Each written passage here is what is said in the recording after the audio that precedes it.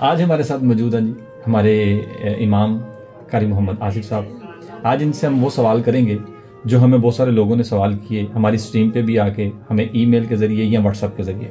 उन सारे सवालों को मैं इनके सामने रखूँगा ताकि इनसे सवाल को जवाब लेकर अपने इल्म में भी इजाफा किया जाए और अपनी ज़िंदगी में नॉलेज और ज़रूरी चीज़ों को सीखा जाए। इसी सवालों को लेकर चलते हैं कारी साहब के पास। अस्सलाम वालेकुम। वालेकुम अस्सलाम व रहमतुल्लाहि व बरकातहू। कैसे हैं हुजूर? अल्हम्दुलिल्लाह, शुक्र है अल्लाह पाक, माशाअल्लाह। अच्छा हुजूर, मैंने जैसा कि इंट्रोडक्शन करवाया कि सवालों के जवाब देने हैं, तो उम्मीद है कि आप हमें अपने इल्म से वो जो आपने बड़ी मोहब्बत से सीखा है उससे आप नवाजेंगे ताकि हमारी ज़िंदगियों में भी इससे बेहतरी आ सके और जो हमारा बेसिक जिम्मेदारी है उसको हम सीख सकें। अच्छा सवाल सर जी ये है कि जो शॉर्ट करके मैं अपनी बात की तरफ आता हूँ, सवाल ये है कि बहुत सारे लोग मुझसे पूछते हैं, जो कॉमन मुझसे पूछा गया सवाल है कि यार कसम उठा ली है और फिर वो कसम तोड़ ली है, उसका कोई कफारा है या बस ठीक है अगली कसम फिर चुक ली है? बिस्मिल्लाहिर्रहमानिर्रहीम। कसम के हवाले से अल्लाह रब्बुल आलमीन ने कुरान पाक में इरशाद फरमाया है, तो जो फजूल कस्में खाई जाती हैं, बात बात पे कसम खाना, ये बंदे के मेयार को भी कम कर देता है, बंदे की इज्जत में कमी आती है और इस पर अल्लाह ताला कोई मुआखजा नहीं फरमाता। ये कसम कसम नहीं है, सही, ये फजूल कस्में हैं। तो जो इस पे गुनाह होता है, इस पे बंदे के झूठे होने की अलामत है, हदीस पाक में बयान किया गया। यानी इस आदत से भी बचना चाहिए कि बार बार छोटी छोटी बातों पे कसम खाने वाला। ये भी एक सवाल था मुझे कि जी मेरी आदत बन गई है, मैं छोटी छोटी बात पे कसम खा लेता हूँ। यानी कि आपने बताया कि ये भी बहुत बड़ा जुर्म है, मैं समझता हूँ। जी बिल्कुल। तो जो बंदा पुख्ता कसम खाए, जो अल्लाह पाक के नाम की कसम हो, तो अब अगर उसने कसम खाई है तो अब ये देखा जाएगा कि किस बारे में कसम खाई है। अगर तो उसकी कसम दुरुस्त है तो फिर उसे पूरा करें। अगर उसने किसी गलत काम पर कसम खाई है तो कई मर्तबा ऐसा होता है, किताबों में इस बारे में लिखा है कि उस कसम को तोड़ना लाजिम हो जाता है और फिर उसका कफारा अदा किया जाए। ठीक ठीक। हाँ, अगर उसने गलत कसम खाई है तो फिर उसको तोड़ना लाजिम होगा और अगर उसने दुरुस्त कसम खाई है तो फिर उसको पूरा करना लाजिम होगा। सही। अगर दुरुस्त कसम खा के वो तोड़ देता है तो फिर ऐसी सूरत में कुरान पाक ने उसके 3 कफारे बयान किए हैं। एक कफारा ये है कि 10 गरीब लोगों को, मस्कीन लोगों को लिबास वगैरह, दरमियाने कपड़े खरीद के दे। सही। अगर ये सॉरी टू से उनकी मर्जी के अपनी इस्तात के मुताबिक नहीं, अपनी इस्तात के मुताबिक हो, दरमियाना लेवल हो, ना बहुत ज्यादा हल्के हो और ना बहुत ज्यादा कीमती हो। ठीक ठीक। दरमियाना लेवल हो जो आम वो खुद इस्तेमाल करता है, इस लेवल के दरमियाने कपड़े। अगर ये नहीं कर सकता तो फिर जो है वो 10 मस्कीनों को 2 टाइम का खाना खिलाए। 10 मस्कीनों को? 10 मस्कीनों को। सही सही सही। और अगर वो ये भी नहीं कर सकता, उसके पास इतनी माली वुसअत नहीं है, तो फिर उसके लिए ये है कि वो 3 रोजे रखे कसम के कफारे के तौर पर, इस नियत से। और ये तब होगा जब वो मतलब कपड़े नहीं दिला सकता है, खाना नहीं खिला सकता है, तो ऐसी सूरत में वो 3 रोजे रख ले, इससे उसकी कसम का कफारा अदा हो जाएगा। ये सुनने वालों के लिए तो बड़ा नॉलेजेबल बात है। अक्सर हमारी आदत बन चुकी है कि हम छोटी छोटी बात पे कसम खाते हैं और ये कारी साहब ने जैसा कि बताया कि ये अच्छी चीज़ नहीं है, बंदे की झूठा होने की अलामत है। और ये झूठा तब होता है जब इंसान अल्लाह की कदर को और अल्लाह के जुर्म को या अल्लाह की दी हुई हद को भूल जाए या बुलाना छोड़ दे या याद करना छोड़ दे। तो हमें गौर करना होगा कि ये कफारे हम कब देंगे। जी, इसी के साथ हुजूर दूसरे सवाल की तरफ आते हैं। और दूसरा सवाल हमारे पास है कि जी ईमेल पे तलाक दी जा सकती है? क्योंकि एक मेरी रात के स्ट्रीमिंग पे जो कि मैं लाइव करता हूँ, तो उस पर मुझसे लाइव पूछा गया कि मैंने ईमेल पे तलाक भेजी थी और अब वो मामला थोड़ा सेटल हो गया है, तो क्या वो तलाक हो गई कि नहीं हुई? जी, तलाक अगर मुंह से बोल के दें तब भी हो जाती है, लिख के दें तब भी हो जाती है, ईमेल पे दे दें तब भी हो जाती है। जिसके साथ निकाह हुआ है तो वो किसी तरह भी तलाक दे। अल्लाह रब्बुल आलमीन ने कुरान पाक में इरशाद फरमाया है, बियदिही उक़दतुन निकाह, निकाह की जो गिरा है ये शोहर के हाथ में है। सही।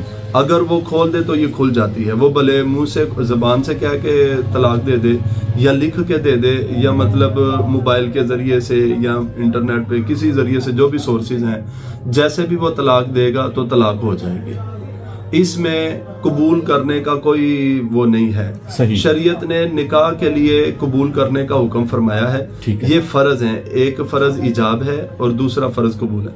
ये इजाबो कबूल जो है ये निकाह के फर्ज हैं और तलाक के लिए कबूल करना जरूरी नहीं है।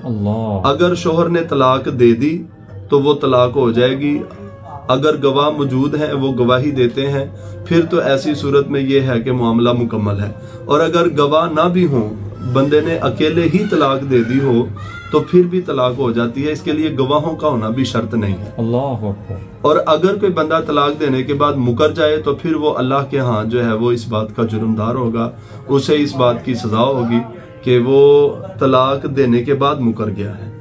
और अगर उसकी बीवी को पता चल जाता है कि इसने मुझे तलाक दी है, मतलब उसके सामने दी है या मतलब उसको मैसेज कर दिया है, या फिर कोई उसको गवाह बताते हैं कि ये हमारे सामने इसने तुम्हें तलाक दी है, जिस औरत को पता चल जाए कि उसे तलाक हो गई है, अब उसके बाद उसका अपने शोहर के साथ रहना हराम है। अल्लाह अकबर। हाँ, वो किसी भी जरिए से हो। अब तलाक की आगे कंडीशंस होती हैं कि इसने कौन सी तलाक दी है, एक तलाक दी है, 2 दी हैं या 3 दी हैं। अब उनकी हिसाब से जो है वो उसकी कंडीशन देखी जाएगी क्या होगी। यानी कि आप जिस भाई ने भी मुझे सवाल किया था उसका जवाब आपने सुन लिया, यानी कि तलाक हो चुकी थी। अब आप अपना देखें, अल्लाह की हदें इतनी आसान ना समझें और इस पर गौर करें। ये ना हो कि कुछ ऐसा अमल जो कि आप, जैसा कि आपने बताया कि ऐसा अमल हो कि वो गैर शरई तौर पे रह रहे हो, तो ये तो एक और जुर्म हो जाएगा। अल्लाह। तो अभी इसी के साथ तीसरा सवाल है जी, जो मुझसे पूछा जाने वाला सबसे ज्यादा सवालों में से सवाल है। जी। गुस्ल का तरीका मुझसे अक्सर पूछा जाता है। ठीक है। लेकिन यहाँ पे एक छोटा सा मसला और एक मजाकिया तौर पर एक बात है, वो ये है कि गुस्ल का तरीका भी बताएं, और क्या शादीशुदा का गुस्ल का तरीका और है, और गैर शादीशुदा पे कोई गुस्ल फर्ज हो जाए तो क्या उसका तरीका और है। ये थोड़ा है तो हंसी वाला सवाल, लेकिन एक अजीब सी बात है कि कुंवारा जो है वो बंदा या गैर शादीशुदा जो है वो समझता है कि शायद मेरे समझने वाली बात अभी शादी वाले की बात की आएगी। तो आप क्या इसका मुझे कि जोड़ के जवाब दे दीजिएगा कि गुस्ल के तरीके में दोनों चीजों में अलग अलग कोई चीज है या एक ही चीज है दोनों? नहीं, बिल्कुल ऐसा नहीं है कि दोनों के लिए कुछ अलग होगा। गुस्ल जब फर्ज हो जाएगा तो गुस्ल की जो अदायगी है वो दोनों के लिए एक ही है। सही। गुस्ल करने का जो सुन्नत तरीका है वो ये है कि जब हम गुस्ल करने के लिए जाएं तो सबसे पहले इस्तिंजा करें। सही। इस्तिंजा की हाजत है या नहीं है कता नजर इससे सबसे पहले इस्तिंजा करें। फिर उसके बाद जो है नाफ से लेकर घुटनों तक अगर कोई नजासत वगैरह लगी है तो अपने जिस्म को धोएं। सही। फिर उसके बाद जबान हिलाए बगैर अपने दिल में नियत करें कि मैं पाकी हासिल करने के लिए गुस्ल कर रहा हूँ। सही। तो जबान हिलाने की कतई तौर पे इजाजत नहीं होती, कुछ पढ़ने की कतई तौर पे इजाजत नहीं होती। और अगर बंदे को गुस्ल खाने में जाके कुछ चीजों की जरूरत पड़ती है तो वो इन चीजों का पहले से अरेंज करके फिर गुस्ल शुरू करे। ठीक। ताकि उसे बोलना ना पड़े। कि इस बारे में आता है कि जब बंदा बरहना होता है, उसके जिस्म पे लिबास नहीं होता है, तो ये जो फरिश्ते हैं किरामन कातिबीन जो हर वक्त उसके साथ होते हैं, जो उसके नेक अमाल और बुरे अमाल को लिख रहे होते हैं, ये उस वक्त उससे पर्दे में होते हैं, उससे अलग होते हैं। अगर बंदा बोले तो हदीस मुबारक का मफहूम है कि फरिश्ते कहते हैं तुझ पे खुदा की लानत हो कि तू इस हाल में भी हमें अपने पास बुला रहा है। तो इसलिए चाहिए ये कि ऐसी हालत में कुछ ना बोला जाए, जो चाहिए वो पहले अरेंज कर ले। बगैर जबान हिलाए दिल में नियत करें कि मैं पाकी हासिल करने के लिए गुस्ल कर रहा हूँ। फिर पूरा वुजू करें जैसे नमाज के लिए हम वुजू करते हैं। सही। तो जब कुल्ली करनी है तो मुंह ऊपर करके ये हलक तक पानी पहुंचे, गरगरा करना है और नाक में पानी चढ़ाएं। तो ये जो नरम हिस्सा है इससे ऊपर ये हड्डी तक जो है, ये जो नरम हिस्सा यहाँ तक मुकम्मल पानी अच्छी तरह पहुंच जाए। तो हमारे यहाँ आमतौर पे जैसा होता है कि गुस्ल करने के लिए हमारे जो गुस्ल खाने ये पक्के बने होते हैं। किताबों में उन जगहों का भी लिखा होता है कि अगर कोई बंदा ऐसी जगह पे है गुस्ल कर रहा है जहाँ पे नीचे मिट्टी है, पानी जमा हो जाता है, इकट्ठा हो जाता है, तो ऐसी सूरत में ये हुक्म होता है कि वुजू सारा करे, पाँव ना धोए। सही। फिर गुस्ल मुकम्मल करने के बाद उस जगह से हटकर अलग होकर वहां पे पाँव धोए। लेकिन हमारे यहाँ जैसे मिसाल के तौर पे पक्का फर्श बना होता है, हम गुस्ल के लिए पानी डालते हैं तो वो फौरन बह जाता है। जब वो पानी हम अपने ऊपर डालते हैं तो पानी फौरन बह जाता है जी। तो ऐसी सूरत में जब हम वुजू करेंगे तो पाँव भी साथ ही धो लेंगे। सही, ठीक हो गया। फिर उसके बाद जो है हमने ये जो मुकम्मल वुजू किया है, इसके बाद फिर हमने 3 मरतबा सीधे कंधे पे पानी डालना है, फिर 3 मरतबा उल्टे कंधे पे पानी डालना है, फिर हमने सर से लेकर पांव तक अच्छी तरह पानी बहाना है कि ये तसल्ली हो जाए कि जिस्म का एक बाल बराबर भी कोई हिस्सा खुश्क ना रहा। सुभान अल्लाह। तो जब अच्छी तरह से गुस्ल हमारा मुकम्मल हो गया है, अब उसके बाद हमने मतलब गुस्ल खाने से बाहर निकल के अगर मकरू वक़्त ना हो तो ये मुस्तहब है कि बंदा 2 रकत नफिल अदा कर ले। ये शादीशुदा के लिए भी गुस्ल का यही तरीका है और गैर शादीशुदा के लिए भी यही तरीका है। जी ठीक है जी, आपने सुन लिया होगा कि गैर शादीशुदा भाईजान आप भी सीख लें, बाद में फायदा होगा अच्छा इंशाल्लाह। अच्छा ज़ुरे वाला, यहाँ पे एक और मज़ाहिया सा सवाल है, तो उसी सवाल में 2 सवाल मैं ऐड करूंगा, तो आप इसका जवाब दीजिएगा कि शादी के लिए पैसा होना जरूरी है? नहीं, बिल्कुल नहीं। अच्छा, इसी के साथ एक सवाल और जोड़ लें, नौजवानों का बड़ा मनपसंद सवाल है। अच्छा। कि जी वो वालिदैन शादी नहीं कर रहे तो फिर वो नौजवान बंदा की करे, आप शादी कर ले या क्या करे, ये भी बताएं जरा। अल्लाह अकबर।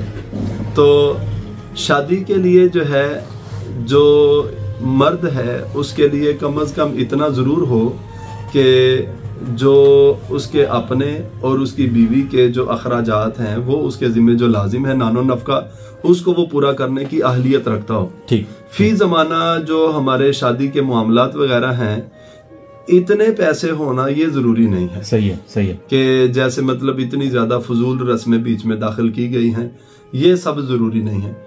अल्हम्दुलिल्लाह इस्लाम ने हमारे लिए बड़ी आसानी पैदा की। क्या बात है, सुभान अल्लाह। अल्हम्दुलिल्लाह। और अगर हम उसे कबूल कर लें, अल्लाह पाक हमें इसकी तौफीक भी अता फरमाए। निकाह है, निकाह के लिए अपने घर के अफराद जाएं, लड़की वालों पे इतना बोझ ना डालें। अगर अल्लाह करे कि हमें ये शहादत नसीब हो जाए कि सिर्फ अपने घर वाले लोग जाएं, निकाह पे जाएं और वहां जो तकसीम करना है वो भी शोहर के जिम्मे लाजिम है। वाह। कि जो उसकी हस्बे तौफीक है, जैसे छुआरे वगैरह तकसीम करते हैं या बीद वगैरह बना के जो तकसीम करते हैं वो शोहर की जिम्मेदारी। जब निकाह होगा तो निकाह की फीस अदा करना शोहर की जिम्मेदारी। सही सही सही। ये इसीलिए शायद वो नौजवान परेशान है कि भाई हम क्या करें, भी पैसे ही कोई नहीं तो ब्याह भी कोई नहीं हो रहा। सुभान अल्लाह, अल्लाह अकबर। तो ऐसी सूरत में ये है, लड़की वालों पे बोझ नहीं डाला गया। सही है। तो अब उसके बाद ये है कि जब ये मामलात वगैरह मुकम्मल हों, फिर उसके बाद जितनी उसकी अपनी इस्तिताअत है उसके मुताबिक जो है वो अपनी जो है वो सुन्नत वलीमा जो है उसको अदा करें। ये नबी करीम सल्लल्लाहु अलैहि वसल्लम की सुन्नत मुबारक है। मैं इसके बारे में अज़र भाई सोचता था कि नबी करीम सल्लल्लाहु अलैहि वसल्लम आपको अल्लाह पाक ने दोनों जहां के खजाने अता फरमाए। आप यूं जमीन से मिट्टी उठाए ना तो हजरत सलमान फारसी रजी अल्लाह ताला अन्हो की वो जोली में आप डाल दें, तो जब वो जाके अपने मालिक के सामने खोले तो जितनी चांदी चाहिए उतनी चांदी बन जाए। हाय हाय, मिट्टी की चांदी बन जाए। अल्लाह, क्या बात है। तो उनके यहाँ तो खजानों की कमी कोई नहीं थी बेशक, लेकिन नबी करीम सल्लल्लाहु अलैहि वसल्लम आपने जो सबसे छोटी दावत वलीमा फरमाई, आप सल्लल्लाहु अलैहि वसल्लम ने 11 निकाह फरमाए, तो जो सबसे छोटी दावत वलीमा थी वो एक दूध का प्याला था। आप सल्लल्लाहु अलैहि वसल्लम ने उसके साथ साथ की दावत। और जो सबसे बड़ी दावत वलीमा थी, नबी करीम सल्लल्लाहु अलैहि वसल्लम आपने एक बकरी ज़बा फरमाई और उसके साथ जो है नबी करीम सल्लल्लाहु अलैहि वसल्लम ने सबकी दावत फरमाई। सुभान अल्लाह, सुभान अल्लाह। तो ये जो लड़के जो आजकल का जो सवाल कर रहे हैं कि जी असी फिर मनमानी कर लिए, इनका ख्याल कौन करेगा? इनका ख्याल कौन करेगा हुजूर? अल्लाह। तो ये क्या करें फिर ऐसा कि भाई वो माँ बाप तो नहीं कर रहे, तो आप माँ बाप के लिए क्या सजेशन देते हैं कि यार इसके बारे में क्या सोचना चाहिए कि ऐसी घर की कोई बेटी ढूंढे जो यार इस चीज की डिमांड ना करती हो? कि हमारे भी तो ऐसे शौक पड़ गए हैं ना कि बेटी भी ऐसे घर से ढूंढे, फिर उनके भी शौक होते हैं कि हमारी बेटी को इस तरीके से लेके जाएं। क्या कहते हैं आप इस पे, क्या मशवरा देंगे वालिदैन को कि आप क्या करें? वो अजहर भाई, माँ बाप जब औलाद पैदा होती है ना उनको तभी फिक्र शुरू हो जाती है। ठीक, सुभान अल्लाह। इसमें मैं बिल्कुल आपके साथ हूँ इसमें आपके साथ हूँ, और ये हक है, यकीन जाने ये हक है। तो कई मरतबा ऐसा होता है कि उनको कुछ मामलात नजर नहीं आ रहे होते ना जी, कि क्या करें, इतनी सारी डिमांड्स हैं और कई सारी बच्चियां ऐसी होती हैं कि जो अपने माँ बाप की दहलीज पे उनकी उम्र बढ़ती ही चली जाती है, लेकिन इंतजामात नहीं हो रहे होते ना। तो कईयों के पास पैसों का मसला होता है, कईयों के साथ रिश्तों का मसला होता है कि अच्छे रिश्ते नहीं मिल रहे। तो बस अजहर भाई, इसमें मुझे जो समझ आती ना वो ये है कि हम अपनी डिमांड्स जो है ना उनको दुनियावी लेवल से उतार के ना तो अपनी शरीयत के लेवल पे लें। क्या बात। अगर हम इस तरफ लाएंगे ना तो इंशाल्लाह ताला हमारे लिए बड़ी आसानी होगी। हमारा दीन बड़ा ही प्यारा दीन है। सुभान अल्लाह जी। तो हम जितनी सहूलतें सोचते हैं ना, अगर हम उससे अपना लेवल थोड़ा कम कर ले, जैसे मिसाल के तौर पे एक वाकया था, एक बच्चा अपने वाली साहब के पास है और आके कहता है कि बाबा जान मुझे ना जूता ले दे। तो वो अल्लाह के नेक बंदे थे, बरगुज़ीदा बंदे थे, तो अभी उनके पास ना पैसे नहीं थे। तो उन्होंने बोला बेटा अभी पैसे नहीं है तो थोड़ा सब्र करो, मैं तुम्हें बाद में जूता ले दूंगा। अब वो ना शुक्री के कलमे बोलने लगा कि यार साढ़े को अन्य पैसे भी नहीं आके मैं जूती ले रहा।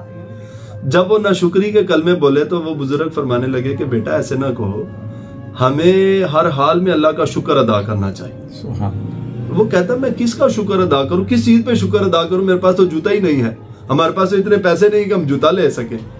अब इतने में क्या हुआ कि रास्ते से गुजरते हुए एक शख्स को देखा जो जमीन पे घिसटता हुआ जा रहा था। ओए तो वो दोनों पांव से मफलूज था। अल्लाह अकबर। अब वो फरमाने लगे कि तुम अल्लाह का शुक्र अदा करो, तुम्हारे पास जूता पहनने के लिए पाँव तो है ना। उसके पास तो जूता पहनने के लिए पाँव भी नहीं है। बस इसी पे अगर हम समझते हैं कि हम खुद को प्लस माइनस कर लें तो हमें कई जगह पे अपना सवाल का जवाब भी मिल जाएगा और हम नाशुक्री से भी बच सकते हैं। और जैसे कि आपने कहा कि वो शिकायतें करने लगा, तो यकीन जाने आप साइंसी तौर पर भी अगर अपने पार्ट्स की कीमत गिनने लगे तो हम अरबोपति हैं।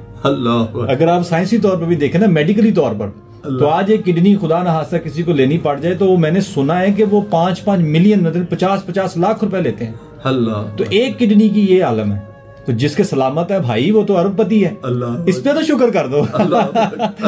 यही तो मसले है ना हमारे दरमियान में कि हम समझ नहीं पा रहे। ले जी हजूर, बहुत शुक्रिया, आपने हमें वक्त दिया और हमारे नौजवानों को और हमारे वो मन चले जो अपना सवाल रखना चाहते थे उनका आपने जवाब दिया। आपका बहुत शुक्रिया, आपका आने का भी बहुत शुक्रिया। अल्लाह ताला आपके इल्म में, आपकी सेहत में अपने महबूब सल्लल्लाहु अलैहि वसल्लम का इल्म और बरकत और रहमत अता फरमाए। बहुत शुक्रिया, जज़ाकुमुल्लाह। ले जी, इसी के साथ इजाज़त दीजिएगा कि हम इंशाल्लाह नेक्स्ट एपिसोड के साथ, नेक्स्ट सवालों के साथ आएंगे और इंशाल्लाह ज़रूर सीखने सिखाने का प्रोग्राम रखेंगे। इसी के साथ इजाज़त दें। अस्सलामु अलैकुम व रहमतुल्लाहि।